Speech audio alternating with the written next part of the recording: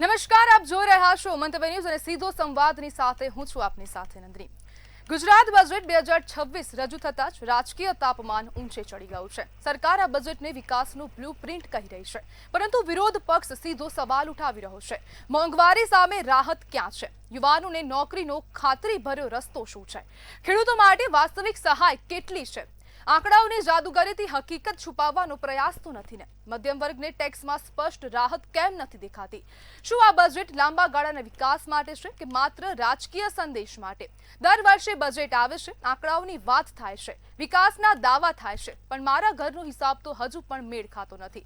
બજારમાં ભાવ ઘટતા નથી ને મોંઘવારી વધે છે। પગાર જેટલો છે તેટલો જ રહે છે, ખર્ચો દર મહિને વધી જાય છે। બાળકોના શિક્ષણની ફી, દવાખાનાનો ખર્ચ, ઘરનું ભાડું બધું જ ભારે લાગે છે। બજેટમાં મોટી યોજનાઓ સાંભળીએ છીએ, પણ આ મારા ખિસ્સામાં શું બદલાય છે? રાહત જોઈએ છે, મોટા મોટા તાઇફાઓ નહીં। નોકરીની સુરક્ષા જોઈએ છે, માત્ર જાહેરાતો નહીં। સરકાર આંકડા તો બતાવે છે, પરંતુ નાગરિક તો રોજિંદી લડાઈ લડી રહ્યો છે, અને આ વેદના છે ગુજરાતના સામાન્ય માણસની। ત્યારે વિકાસનો આ દાવો કેટલો વાસ્તવિકતા છે તે મુદ્દે કરીશું આજનો સીધો સંવાદ।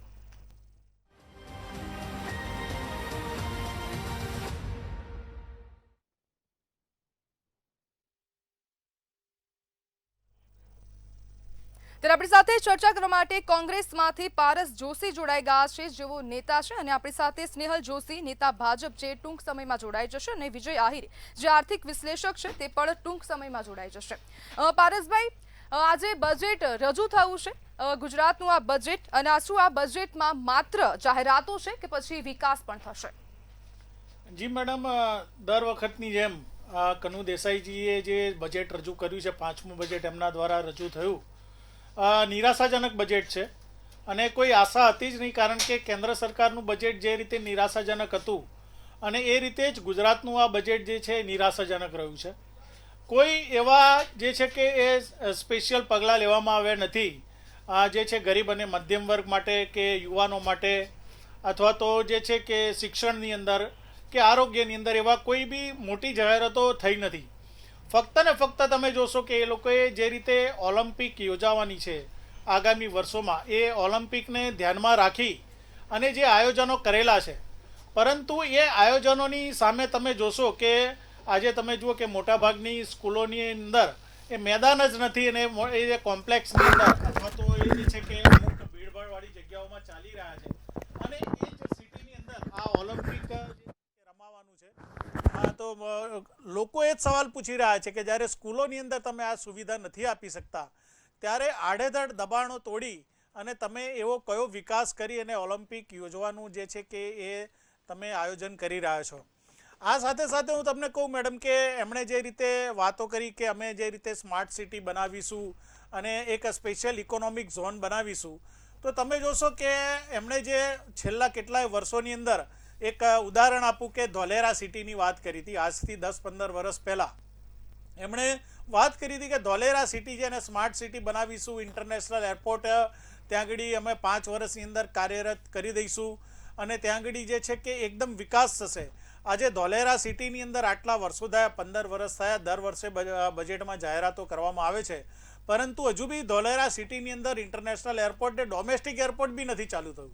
ચોટીલાની અંદર એરપોર્ટ ચાલુ કરવાની વાત કરી હતી, રાજકોટની અંદર જે મોટા પાયે ઉદ્ઘાટન કરી અને આપણે વાત કરવામાં આવી હતી કે ઇન્ટરનેશનલ એરપોર્ટ ચાલુ કરવામાં આવશે, પરંતુ 8 મહિનાથી ત્યાં બી ડોમેસ્ટિક ફ્લાઇટ જે છે કે એકે ઉડી નથી, બરાબર છે। અને આ રીતે મોટી મોટી જાહેરાતો, સ્પેશિયલ હું તમને કહું છું કે જાહેરાતો કરવાથી જે છે કે ગરીબ અને મધ્યમ વર્ગનું પેટ ભરાતું નથી।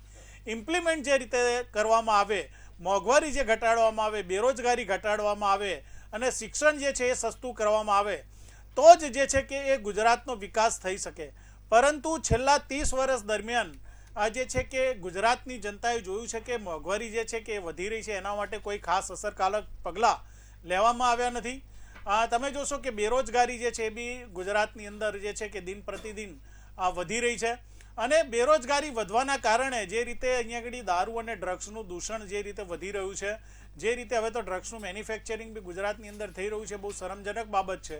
તો આ ગુજરાત મોડલ જે છે કે આપણે કઈ દ્રષ્ટિએ આગળ લઈ જઈ રહ્યા છીએ એ જ લોકો સવાલ પૂછી રહ્યા છે। શિક્ષણ જે છે એ આજે ખાનગીકરણ થઈ અને જે છે કે મોંઘામાં મોંઘું થઈ રહ્યું છે, આજે બી એક સામાન્ય વર્ગના માણસને પોતાના છોકરાને જો ડૉક્ટર કે એન્જિનિયર બનાવવું હોય તો એ સ્વપ્ન થઈ ગયું છે. એટલે આ બધી વાતોને જે છે કે બજેટની અંદર જે છે કે આવરવામાં નથી આવી.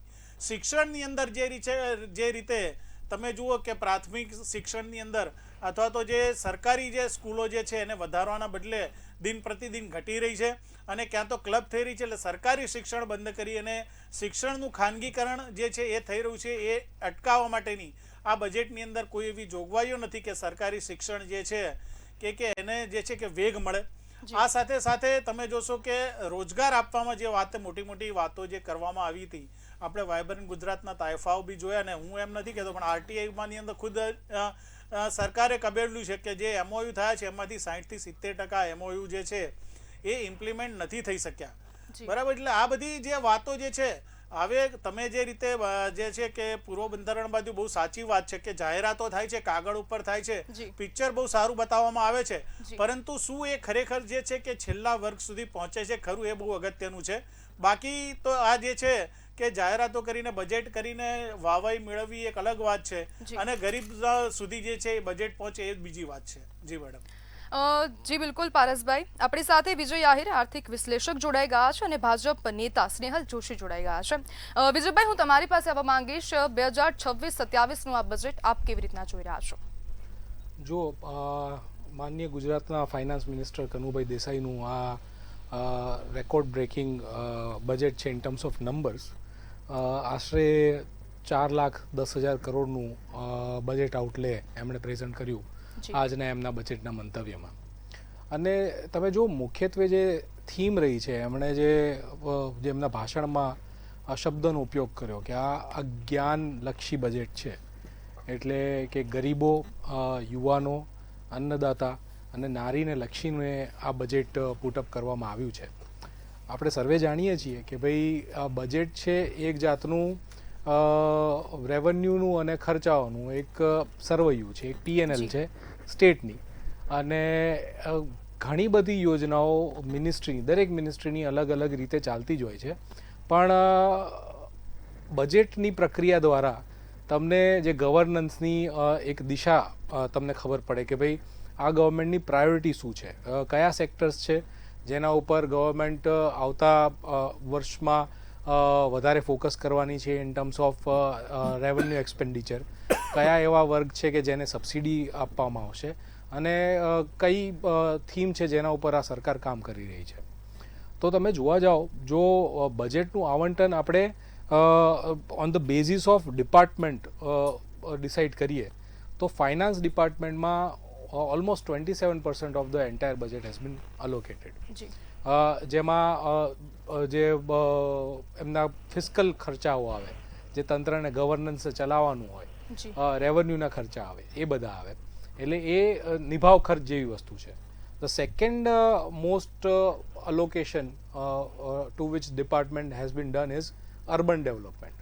એ આશરે 9% અલોકેશન બજેટનું અર્બન ડેવલપમેન્ટમાં થયું છે. તમે જુઓ સ્માર્ટ સિટીની જે પણ કંઈ જે સેવાઓ હતી, જે પણ કંઈ પ્લાન હતા, એ ખૂબ જ એનો ખર્ચો માંગી લે એવી પ્રક્રિયા છે. અને જોડે જોડે અમદાવાદ જેવા, સુરત જેવા, રાજકોટ જેવા સિટીમાં જ્યાં રિજિયોનલ કેચમેન્ટમાંથી રોજે માનવ મહેરામણ ઉમટતું હોય છે રોજગારની શોધખોળમાં, કે પછી હેલ્થકેરની સેવાઓની શોધખોળમાં, કે પછી એવા ગ્રામ્યના લોકો કે ભાઈ એમના છોકરાઓને સારું એજ્યુકેશન પૂરું પાડવા માટે એ લોકો સિટી તરફ એમની દ્રષ્ટિ નાખતા હોય છે. અને જેને લીધે હ્યુમન કેપિટલનો એક કોન્સ્ટન્ટ ફ્લો આપણા મેજર સિટીમાં થતો હોય છે. અને એ કોન્સ્ટન્ટ ફ્લોને સેવાઓ અવિરત પૂરી પાડી શકાય એ માટે રોડનું માળખું, કે પછી સિવરેજનું, કે પછી પાણીના સપ્લાયનું માળખું, એ બધું પ્રોવાઈડ કરવા માટે એક ખૂબ જ મોટા પ્રમાણમાં બજેટ લાગતું હોય છે. અને જે અહીંયા ઓલમોસ્ટ બજેટના 9% જેટલું બજેટ અર્બન ડેવલપમેન્ટમાં પુટઅપ કરીને માનનીય ફાઇનાન્સ મિનિસ્ટરે આ ગવર્મેન્ટની એક પ્રાયોરિટી ડિસાઇડ કરી છે કે ભાઈ અર્બન ડેવલપમેન્ટમાં એ સારું એવું ફંડ મૂકશે. પછી third largest is water સપ્લાયઝ. Narmada હમણાં જોઈએ છે કે જલ સે નલમાં ઘણા બધા વિવાદો ચાલી રહ્યા છે, પણ એ વિવાદને સાઈડમાં મૂકતા એ વસ્તુ તો એક વિદિત જ છે કે ભાઈ પાણી એન્ડ યુઝર સુધી મળે. ગામડામાં જે નારીઓ છે એમને લાંબુ ચાલીને કૂવામાંથી પાણી ખેંચવું ના પડે, અને એ દ્રષ્ટાંતને કેન્દ્રમાં રાખીને નલ સે જલની આ એક જે પ્રક્રિયા મૂકવામાં આવી હતી એ જ પાસાને આગળ ધપાવતા ઓલમોસ્ટ 60% જે બજેટનું આવંટન છે એ કેનાલોના માળખાને, પછી વોટર સપ્લાયને, ઇરિગેશનને અને ઇવન આ ટાઈપની યોજનાઓ જે નલ સે જલ છે એ બધાને આવંટિત કરવામાં આવ્યું છે. એટલે આ જે 3 મુખ્યત્વે પાસાઓ લઈએ, ફાઇનાન્સ મિનિસ્ટ્રી, અર્બન ડેવલપમેન્ટ અને વોટર સપ્લાય, તો એ ઓલમોસ્ટ 30-40% બજેટનું અલોકેશન આને થાય છે.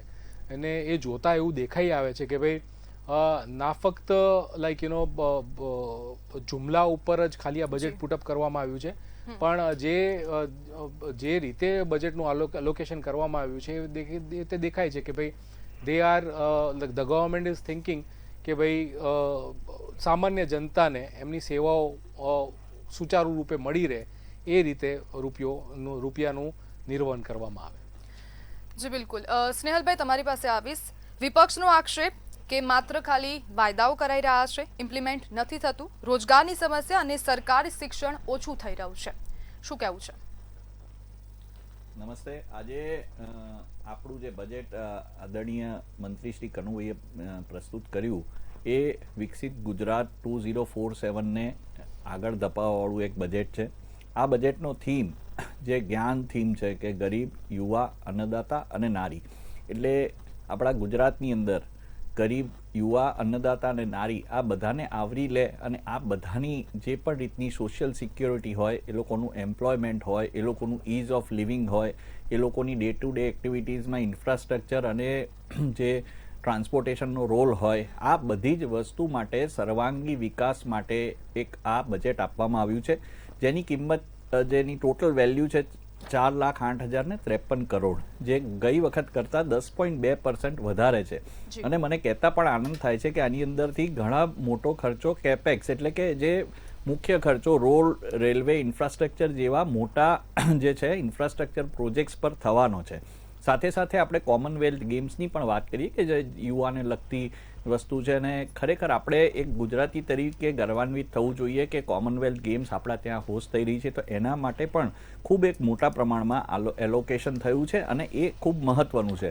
હવે વાત જ્યારે થાય છે કે અનએમ્પ્લોયમેન્ટની ને એ બધી વાત કરે તો 1.2 અનએમ્પ્લોયમેન્ટ રેટ છે કે જે આખા ભારતની અંદર લોએસ્ટ છે. આપણું જીડીપી 5.1 જે 2000ની સાલમાં હતું એનાથી વધીને 8.3 સુધી થયું છે, અને જીએસપીડી ટ્રેન્ડ પણ રાઇઝિંગમાં છે. એટલે પર કેપિટા ઇન્કમ જે છે ગુજરાતની એ પણ નેશનલ એવરેજ ઇન્કમ કરતાં 1.6 ટાઈમ્સ છે. એટલે આ બધા આંકડા જે છે તે એક પ્રોપર આંકડા છે, ને આ આંકડાના આધારે જ હું કહું છું. અને આપણે સૌ જાણીએ છીએ કે ગુજરાત જે છે તે ઇન્વેસ્ટરનું હબ છે. જે તાઇફા શબ્દ ગુજરાતની અંદર આ લોકો વિપક્ષના મારા ભાઈ પણ હમણાં વાપરતા હતા, તો તાઇફા તો એ છે કે એમના જે આદરણીય રાહુલ ગાંધી જે વિધાનસભા એમની લોકસભાની બહાર કરતા હોય છે, વાઇબ્રન્ટ ગુજરાત જે છે તે ઇન્ટરનેશનલ ઇન્વેસ્ટમેન્ટની એક પાઇપલાઇન બની ચૂકી છે, અને કરોડો રૂપિયાનું ઇન્વેસ્ટમેન્ટ અહીંયા ગુજરાતમાં લાવવા માટે નરેન્દ્ર મોદીજીએ જે સ્વપ્ન જોયું હતું એને સાકાર કરતો એક આ માધ્યમ છે, અને એનું નામ છે વાઇબ્રન્ટ ગુજરાત. અને આજે પણ હું કહું છું કે તમે આંકડા ચેક કરી લો, દર વર્ષે ફોરેન ડાયરેક્ટ ઇન્વેસ્ટમેન્ટ ગુજરાતની અંદર 20-21% જે છે તે વધી રહ્યું છે. એટલે આ જ દર્શાવે છે કે ગુજરાતની અંદર આખા વિશ્વના લોકોને ભરોસો છે. ગુજરાતની અંદર સાણંદની આ તમે જોશો તો કેટલી બધી વૈશ્વિક સ્તરની કંપનીઓ અત્યારે મેન્યુફેક્ચરિંગ કરી રહી છે, કેટલી બધી માઇક્રોચિપ્સ જેવી ખૂબ મહત્વની જે પ્રોડક્ટ ગણાય ઇલેક્ટ્રોનિક્સમાં એ પણ આપણા દેશમાં ને અહીંયા ગુજરાતની અંદર બની રહી છે. સાથે પોર્ટ, લોજિસ્ટિક્સ અને ઇન્ફ્રાસ્ટ્રક્ચર એનું પણ એક સારામાં સારું ઉદાહરણ એ છે કે ભારતની અંદરથી જેટલું પણ માલ એક્સપોર્ટ થાય છે એનો 30% જે છે તે ગુજરાતમાંથી જાય છે. આખા ભારતનું પણ જે બજેટ છે એની અંદર પણ કેપેક્સનું નરેન્દ્ર મોદીજીની સરકારે વધારો કર્યો છે અને ગુજરાતમાંથી પણ કર્યો છે. અને એક નાનું ઉદાહરણ હું આપને આપું કે બોમ્બે દિલ્હી કોરિડોર પણ ગુજરાતમાંથી પસાર થાય છે, કે પહેલાં જ્યાં 20 કલાક થતા હતા એક ટ્રકને જતા, ત્યાં 12 થી 15 કલાકમાં એ સામાન લઈને એ ટ્રાન્સપોર્ટેશનનું જે વ્હીકલ છે એ પહોંચે છે. અને આનો લાભ જે છે તે દરેકે દરેક ગુજરાતીને, દરેકે દરેક ગરીબ અને મધ્યમ વર્ગના લોકોને થશે ને આને મોંઘવારીના મારથી બચશે. અને સાથે સાથે અમે જુઓ કે દરેક ક્ષેત્રની અંદર, જેમ મેં આપને વાત કરી કે મહિલાઓની વાત હોય કે યુવાનોના ક્ષેત્ર હોય, તો આ બધા જ જે ક્ષેત્ર છે એની અંદર સર્વાંગી વિકાસ થાય એ રીતે પ્રોપર વેમાં બજેટનું એલોકેશન થયું છે.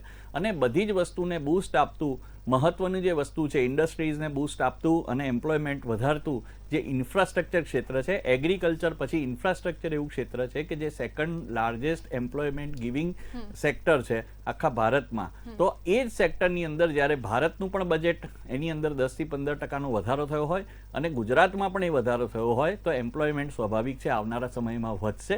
એટલે જેમ મેં કીધું કે જેમ વિકસિત ભારત 2047ની અંદર ગુજરાતનો ખૂબ મહત્વનો ફાળો હશે અને વિકસિત ગુજરાત 2047 કે જે દરેક યુવાનું એક સપનું છે આજના, એને વેગ આપતું આજનું આ બજેટ છે. જી સ્નેહલભાઈ, મારે એ પણ જાણવું છે કે આ બજેટની વેલ્યુ તો વધી રહી છે પણ સાથે સાથે દેવાની રકમ પણ ખૂબ વધી રહી છે, તો તેને આપ કેવી રીતના જોઈ રહ્યા છો? જો આની અંદર ખૂબ મહત્વનું છે કે ફિઝિકલ ડેફિસિટ નામનો ટર્મ છે કે ગુજરાતનો જે ગ્રોથ છે ને એ એકદમ કેલિબ્રેટેડ ગ્રોથ છે, એકદમ પોઝિટિવ ગ્રોથ છે અને આ ફિઝિકલ ડિસિપ્લિન સાથેનો ગ્રોથ છે. એટલે જ્યારે તમે ગણશો કે ટોટલ ખર્ચો અને ટોટલ એલોકેટેડ એમાઉન્ટ અને જે ટોટલ દેવું છે, તો એ ફિઝિકલ ડેફિસિટ જે છે એ જે છે તે 3%ની નીચે છે. એટલે આ એક સ્ટાન્ડર્ડ છે જીએસડીપીના સ્ટાન્ડર્ડ પ્રમાણે. FRBMની લિમિટ જે કહે છે કે જે રીતે નેશનલ લેવલ પર એક સ્તર નક્કી થયું હોય, જેમ મેં આપને કીધું કે અનએમ્પ્લોયમેન્ટ રેટ 1.2 છે જે ભારતની અંદર સૌથી ઓછો છે, એ જ રીતે ગુજરાતમાં ફિઝિકલ ડેફિસિટ છે એ બિલો 3% છે, એટલે એ ખૂબ સારી ગણાય. અને રેવન્યુ સરપ્લસ છે તે 25,588 કરોડ જેવી આશરે છે કે જે ઇન્કમ જે રેવન્યુથી થાય છે એ પણ વધી છે. હવે જ્યારે કોઈ રાજ્યની ઇન્કમ રેવન્યુથી થતી, ઇન્કમ ટેક્સીસથી થતી ઇન્કમ વધે તો એ ડાયરેક્ટલી એ બતાવે છે, બે વસ્તુ સૂચવે છે કે એક તો ત્યાંના ટ્રેડ અને બિઝનેસ ખૂબ સારી રીતે કામ કરે છે, બીજું કે ત્યાંના નાગરિકો પણ સરકારથી સંતુષ્ટ છે ને એક વસ્તુનો એ લોકો સારી રીતે સમયસર ટેક્સ ભરે છે. એટલે number of people paying tax એમાં પણ વધારો થાય છે અને એમાઉન્ટ ઓફ ટેક્સ એની અંદર પણ વધારો થાય છે. અને જે હું લિમિટ બીજી કહું કે FRBMની એક બીજી લિમિટ છે કે પબ્લિક ડેપ્ટ જે છે એ 14 થી 15% છે, જે FRBMની લિમિટ 27% છે. એટલે આપણી ડેપ્થ જે છે પબ્લિકની એ પણ ઘણી નીચે છે. એટલે ફિઝિકલ ડિસિપ્લિન સાથે ફિઝિકલ ડેફિસિટને 3%થી ઓછી રાખીને આ જે વધારો કરવામાં આવ્યો છે એ સૂચક છે કે ગુજરાતનો ગ્રોથ ખૂબ સારો છે, ગુજરાતની ઇન્ડસ્ટ્રી સારી છે, આપણા ગુજરાતના લાખો યુવાનો રાત દિવસ જે પરિશ્રમ કરે છે એનાથી એમનું પણ જીવન સ્તર વધ્યું છે, એમની પણ ઇન્કમ વધી છે અને સાથે સાથે સ્ટેટને પણ બેનિફિટ છે. ને જેમ મેં કહ્યું એમ વિકસિત ગુજરાત 2047 જે છે તે વિકસિત ભારતની અંદર ખૂબ એક મોટો રોલ ભજવવા જઈ રહ્યું છે અને આ એક આપણા સૌ લોકો માટે એક હકારાત્મક વાત છે. બિલકુલ સ્નેહલભાઈ. પારસભાઈ, હું આપની પાસે આવીશ કે 2025-26નું જે બજેટ હતું તેમાંથી કેટલા વાયદા પૂરા થયા? હા મેડમ, એ તો આજે તમે જો 25-26ની અંદર જે વાયદા કરવામાં આવ્યા હતા એ 26-27ની અંદર કરવામાં આવ્યા છે. એમણે જે આવાસોની યોજનાની જે વાત કરી હતી, ગરીબ અને મધ્યમ વર્ગના લોકો માટે આવાસની યોજનાની જે 2025-26માં વાત કરી હતી, એમાંથી 30% આવાસો બી એ લોકોએ ફાળવ્યા નથી. અને એની એ જ વાત જે છે કે આજે ફરીથી જે છે કે 26-27ના બજેટની અંદર કરેલી છે. બરાબર છે. હવે એક બાજુ એમણે એ રીતની જાહેરાત કરી છે કે લગભગ 1,44,000 1,40,000થી વધારે આવાસો ગરીબ અને મધ્યમ વર્ગના લોકો માટે બનાવવામાં આવશે. અને એક બાજુ જે લોકો જે છે કે આખા શહેરની અંદર ગરીબ અને મધ્યમ વર્ગના ઝૂંપડાઓ તોડ્યા. આજે તમે હું ઉદાહરણ આપું કે તમે ચંડોળા છે, ઈસનપુર છે, બાપુનગર છે, આ બધા જ એરિયાની અંદર જ્યારે એમણે ઝૂંપડાઓ તોડ્યા એ વાતને આજે 6-6 મહિના જેવું થઈ ગયેલું છે. બરાબર છે. વૈકલ્પિક વ્યવસ્થા તો આપવામાં આવી નથી અને એમને આજે છે કે ગરીબ અને મધ્યમ વર્ગના લોકોને નવા ઘર આપવાની વાતો કરી રહ્યા છે. એક બાજુ તમે જુઓ કે વટવાની અંદર જે 3 માળિયા અને 4 માળિયા જે ગરીબ આવાસ યોજનાઓ જે છે એ આજથી 10 થી 15 વર્ષ પહેલા આજે જે હજારો કરોડના ખર્ચે બનાવવામાં આવી હતી, બરાબર છે, એ જ અત્યારે તોડી નાખવામાં આવ્યા છે. એમનું નબળું બાંધકામ છે એનું બહાનું આગળ ધરીને, અને અત્યારે બી મોટાભાગના આવાસો જે છે કે ફાળવાયા વગરના ખાલી પડેલા છે. એટલે તમે જુઓ કે આ સરકારનો અડધણ વહીવટ અને પૈસાની બરબાદી, લોકોના પ્રજાના પૈસા જે છે, ટેક્સના પૈસા છે, એની બરબાદીનું ઉદાહરણ આપણે આવાસ યોજનાઓમાં બી જોયું, હાટકેશ્વર બ્રિજના પુલના અંદર બી જોયું, પાણીની ટાંકીઓ સુરતમાં પડી ગઈ એમાં બી જોયું. બીજી એક વાત કરું કે 4,10,000 કરોડ રૂપિયાનું બજેટ આજે જાહેર થયું છે. બરાબર છે. આપણા ગુજરાતનું કુલ દેવું અત્યારે 8.5 લાખ કરોડ રૂપિયા છે. એટલે પર્ટિક્યુલર એક બાળક જ્યારે ગુજરાતની અંદર જન્મે ને તો કરીબન સરેરાશ તમે જુઓ ને 74,500 રૂપિયાનું દેવું પોતાના માથે લઈને જન્મે છે. બરાબર છે. એટલે આ આખું એક દેવાની અંદર જ એક બાળકને, એક યુવાન જ્યારે જન્મે છે ને, આપણે મોટી મોટી જે વાતો જે છે આજે કરવામાં આવી કે ગુજરાતનું દરેક વ્યક્તિની માથાદીઠ આવક સરેરાશ 3,41,000 રૂપિયા છે. હવે આશ્ચર્યની વાત છે, તમે એક બાજુ એમ કહો છો કે માથાદીઠ આવક 3,41,000 રૂપિયા છે, તો 74,500 રૂપિયા દેવું આજે ગુજરાતના દરેકના વ્યક્તિના માથે હોય એ સમજની બહાર છે. એટલે આજે ફૂલ ગુલાબી વાતો જે છે કે એ કરવાની અંદર આવી રહી છે. બરાબર છે. આ સાથે સાથે તમે જુઓ કે મનરેગા યોજનાની અંદર જે જાહેરાત કરવામાં આવી માનનીય નાણામંત્રી દ્વારા કે અમે જે દિવસો વધારીને 125 દિવસ સુધી રોજગારી આપીશું. બરાબર છે. ગુજરાતનો પોતાનો જ આંકડો તેમના પોર્ટલ પર ખોલીને જોઈ લો, પોર્ટલ ઉપર. બરાબર છે કે એમણે ગયા વર્ષે 55 દિવસથી વધારે રોજગારી નથી આપી શકી, અને અત્યારે જાહેરાત કરે છે 125 દિવસ સુધીને અમે રોજગારી આપીશું. કયા હિસાબે એ લોકો આખું પ્લાનિંગ કરી રહ્યા છે? એ એક બાજુ આ જે છે કે મોટી મોટી વાતો કરી રહ્યા છે. ખરેખર તો જે છે કે એમણે જે છે કે પગલાં લેવા જોઈએ, મોંઘવારી વિશેના લેવા જોઈએ, બેરોજગારી માટે, અનએમ્પ્લોયમેન્ટ માટે. આજે ગુજરાતનો યુવાન જે છે એ આખા વિદેશની તરફ દોટ ભણી રહ્યો છે. લગભગ જે છે કે મોટાભાગે એક આંકડો હમણાં જ એક દૈનિક પેપરની અંદર આવ્યો હતો કે વર્ષે 3.5 લાખથી વધારે યુવાનો જે છે કે વિદેશ ભણી દોટ મૂકી રહ્યા છે, કારણ કે અહીંયા આગળ જે છે કે એટલું એમ્પ્લોયમેન્ટ જનરેટ થતું નથી. બિલકુલ. આ સાથે હું તમને એક વાત કરું કે જે ઇન્ડસ્ટ્રીઝની વિકાસની વાત કરી હતી, તો સુરતની અંદર ડાયમંડ ઇન્ડસ્ટ્રીઝ, એક જ મિનિટમાં મારી વાત પૂરી કરું, ડાયમંડ ઇન્ડસ્ટ્રીઝ અને ટેક્સટાઇલ ઇન્ડસ્ટ્રીઝ છે. ડાયમંડ ઇન્ડસ્ટ્રીઝની અંદર ગયા વર્ષે 80 થી વધારે રત્ન કલાકારોએ આપઘાત કર્યો. બરાબર. શા માટે કર્યો? જો ગુજરાત જે છે વાઇબ્રન્ટ ગુજરાત છે, ગુજરાત મોડેલની આપણે મોટી મોટી વાતો કરતા હોઈએ, ત્યારે એક ટેક્સટાઇલ ઇન્ડસ્ટ્રીઝ કે તમે ડાયમંડ ઇન્ડસ્ટ્રીઝને બચાવવા માટેના બી પૂરતા પ્રયાસો કર્યા નથી. ટેક્સટાઇલ ઇન્ડસ્ટ્રીઝમાં તમે અત્યારે જુઓ કે તમે ફરજિયાતપણે અમેરિકા પાસેથી તમે યાન અને ફેબ્રિક્સ ખરીદશો તો જ તમને 0% ટેરિફ લાગશે, નહીં તો 18% ટેરિફ લાગશે. બરાબર છે. એના લીધે નિકાસને ફટકો પડ્યો છે. તો આપણે કયા જે છે કે વિકાસની વાતો કરી રહ્યા છીએ? કે આ વિકાસનો જે ફૂલગુલાબી ફુગ્ગો જે બનાવવામાં આવી રહ્યો છે, હવે સ્વાભાવિક રીતે છે કે જે લોકો સરકારના દબાણમાં આવી ગયા હોય, બરાબર છે, તો સરકારી નેતા હોય એ તો એમને વખાણવાના છે, કારણ કે વરને કોણ વખાણે? વરની માં. એટલે એ તો વખાણવાના જ છે, કારણ કે એમને ખબર છે કે ભાઈ સામ દામ દંડ ભેદની નીતિ છે, તમે નહીં વખાણો તો અમારી સામે પગલા લેવામાં આવશે. એટલે વેપારી જે છે કે બીજા કોઈ જે છે નેતાઓ છે એ બિચારા ચૂપ રહીને જે છે કે આ બજેટને વખાણી રહ્યા છે. બાકી આ બજેટ જે છે એ સંપૂર્ણપણે નિરાશાજનક છે. બિલકુલ પારસભાઈ. વિજયભાઈ, હું આપની પાસે આવીશ કે જે હવે વિપક્ષ કહી રહ્યું છે કે ખાલી માત્ર ફૂલ ગુલાબી વાતો કરાઈ રહી છે, ખાલી સરકાર વાતો કરી રહી છે, પરંતુ હવે એક સવાલ એવો પણ ઊભો થાય કે મોંઘવારીની સામે આ બજેટ કેટલું રાહત આપે છે? કારણ કે એટ ધી એન્ડ કે મધ્યમ વર્ગને જ હવે મધ્યમ વર્ગ માટે આ બજેટ કેવું છે અને મધ્યમ વર્ગને કેવી રીતના લક્ષી રહ્યું છે આ બજેટ? જો આપણે બે ઇકોનોમિક પાસાઓને મિક્સઅપ કરી રહ્યા છીએ. મોંઘવારી is a function of inflation, અને એમાં લાઈક બજેટ એઝ સચ એ ગવર્મેન્ટની રેવન્યુ અને ગવર્મેન્ટ જે એક્સપેન્ડિચર કરશે એનું સર્વૈયું છે.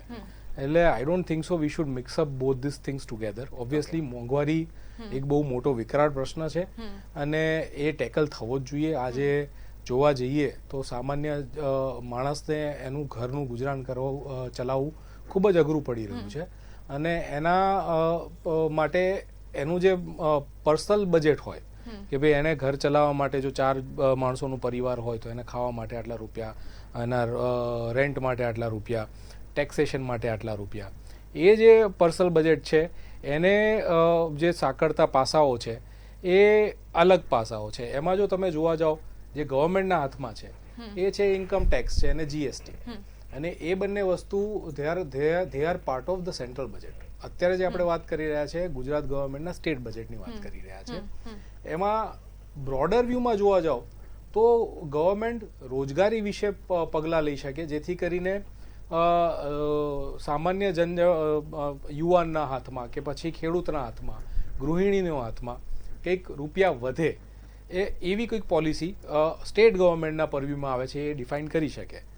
હવે તમે જો એ મુદ્દા ઉપર વાત કરવા જાઓ તો આ બજેટની અંદર જે એક થીમ પુટઅપ કરવી હતી એ જ થીમના ભાગ હેઠળ આશરે 6 ઝોન આ ગવર્મેન્ટે આઈડેન્ટિફાઈ કર્યા છે.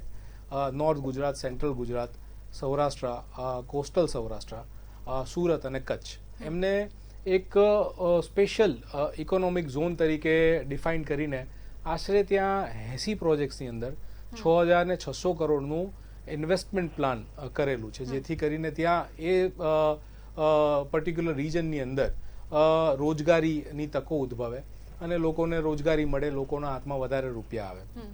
જોડે જોડે તમે જોવા જાઓ ઇન્ડસ્ટ્રીયલાઇઝેશન ઉપર, ટેક્સટાઇલ ઇન્ડસ્ટ્રી માટે ગુજરાત સ્ટેટ ટેક્સટાઇલ પોલિસીની હેઠળ આશરે 2700 કરોડનું બજેટ આવંટન કરવામાં આવ્યું છે, જેનું મુખ્ય હેતુ એ જ હશે કે આજે યાન ઇમ્પોર્ટ જે હમણાં પ્રવક્તાશ્રીએ કીધું એમ કે ભાઈ એની જે નેગેટિવ ઇમ્પેક્ટ આવે એને કેટલી હદ સુધી નલિફાઈ કરી શકાય, એને ધ્યાનમાં રાખીને પુટઅપ કરવામાં આવ્યું હોય.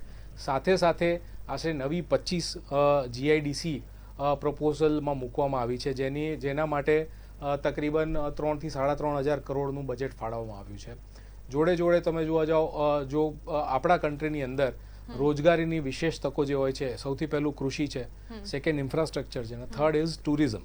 અને ટુરિઝમ ક્ષેત્રમાં સોમનાથ પર્વ જે 1000 વર્ષ આ વર્ષે પૂરા થાય છે અને જેના હેઠળ સોમનાથ પર્વ મનાવવામાં આવી રહ્યું છે, અને સોમનાથને એક ગ્લોબલ ફલક ઉપર મૂકવા માટે આશરે 6,600 કરોડ રૂપિયાનું બજેટની ફાળવણી કરવામાં આવે છે, જેથી કરીને ત્યાં ટુરિઝમનો વિકાસ થશે, ગુજરાતમાં વધારે ને વધારે ટુરિસ્ટ આવશે અને જેને લગતા જે પણ ટુરિઝમને લગતા વ્યવસાયો છે, જે હોટલ માટેના હોય, ખાણીપીણીના હોય, કે પછી ગાઈડ્સના હોય, ગાઈડ્સ માટે એક સ્કીમ મૂકી છે કે ભાઈ આશરે 1000 ગાઈડ્સને ટ્રેન કરવામાં આવશે અને એમને રોજગારી પૂરી પાડવામાં આવશે. એટલે એક ફોકસ મૂકવામાં આવ્યું છે. I mean obviously there must be an argument કે ભાઈ આ જેટલી પણ વસ્તુઓનો અહીંયા ડિક્લેરેશન થાય છે ગ્રાઉન્ડ ઉપર, એ ફૂલફિલ થાય છે કે નહીં, અને એક સભાન નાગરિક તરીકે આપણે સર્વે પ્રશ્ન પૂછવા જ જોઈએ. બટ જોડે જોડે આપણે એ વસ્તુને પણ વધારવી જોઈએ કે ભાઈ there is a direction in which this government is trying to put fourth his money, અને એ ઈચ્છી રહી છે કે ભાઈ રોજગારીની તકો વધે અને યુવાનોના હાથમાં વધારે રૂપિયા આવે. જી બિલકુલ વિજયભાઈ, ચર્ચામાં જોડવા બદલ આપ સર્વેનો આભાર. ત્યારે બજેટ આવે એટલે ટીવી આગળ બેસી જઈએ, જાણે ક્રિકેટની ફાઇનલ મેચ હોય, મંત્રી શ્રી આંકડા વાંચે અને આપણે કેલ્ક્યુલેટર લઈને બેઠા હોઈએ અને ગણીએ કે આપણા ખિસ્સામાં કેટલું આવશે, પણ અંતે ખબર પડે કે ખિસ્સામાં તો હવા જ આવી. મોંઘવારીને જોતા લાગે છે કે તે પણ બજેટની સ્પીચ સાંભળતી નથી. અંતે હું અને મારું વોલેટ એકબીજાને જોઈ અને કહીએ ચાલ ભાઈ આ વર્ષે પણ સંભાળી લઈએ. તો ફરી મળીશું, અને ત્યાં સુધી આપ જોતા રહો મંતવ્ય ન્યૂઝ.